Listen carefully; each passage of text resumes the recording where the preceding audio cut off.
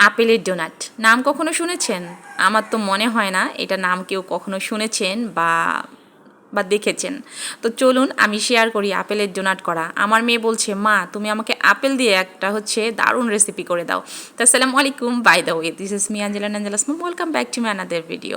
তা মেয়ে যেহেতু চাইতেছে অবশ্যই তো করে দিতে হবে, কি বলেন? তো ভাবলাম আপনাদের সঙ্গেও শেয়ার করি। আমার আপুদেরও অনেক কিউট কিউট বেবি আছে যারা মায়েদের কাছে সব সময় আবদার করে এটা করে দাও ওইটা করে দাও।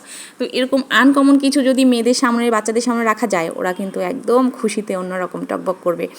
তো চলুন শেয়ার করছি। আমার 2টা আপেল ছিল, বেশি ছিল না। আপনারা চাইলে কিন্তু বেশি নিয়ে নিতে পারেন, অবশ্যই বেশি নেবেন, পরে কিন্তু দেখবেন যা থাকবেই না।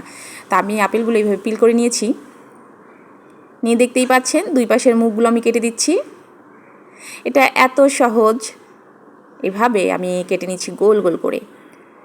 তো যাই হোক, এটা আমি চাকুর সাহায্যে এই যে উপরের ইয়েটা, এটা আমি মানে ভিতরের যে মাংসটা সেটা আমি তুলে নিচ্ছি। কিন্তু এর বিকল্প ব্যবস্থাও কিন্তু আছে। আমার মনে হইতেছিল যে এটা নষ্ট হয়ে যাচ্ছে আপেলের মুখগুলো, পরে দেখলাম যে একটা এই যে আমি 7 আপের একটা ছোট্ট ককগুলো আছে যে মুখটা, সেটা নিয়ে নিয়েছি। এটা দিয়ে এত সুন্দর হয়ে যাচ্ছে, পারফেক্ট।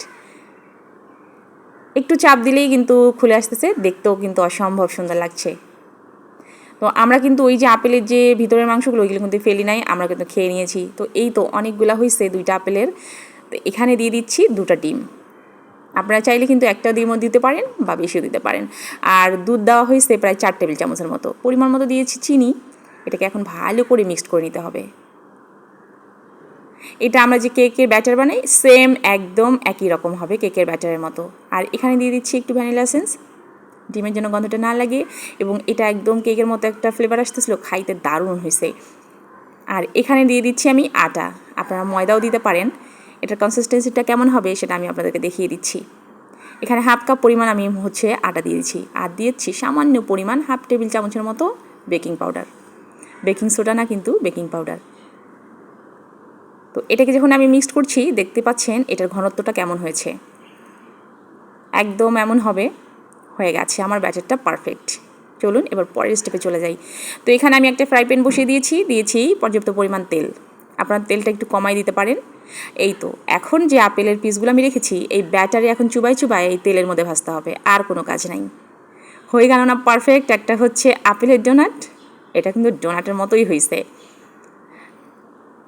আমরা তো বাসায় ডোনাট করে দিই বাচ্চাদেরকে, তো এটা আপেলের মতো ডোনাট। বিশ্বাস করেন এটা আমার মুখের মধ্যে এত মজা লাগছে, মনে হচ্ছে যে আপেলটা এত হালকা হালকা ভিতরে সিদ্ধ হয়েছে, মানে মনে হচ্ছে যে আমি কিশমিশ খাইতেছি, আর কিংবা অন্য একটা ফ্লেভার লাগতেছে। আপনারা অবশ্যই একবার হলেও ট্রাই করবেন, আপনাদের ভীষণই ভালো লাগবে। আমার কাছে তো বেশ মজা লাগছে। কেমন হয়েছে অবশ্যই জানাবেন। আল্লাহ হাফিজ, আসসালামু আলাইকুম।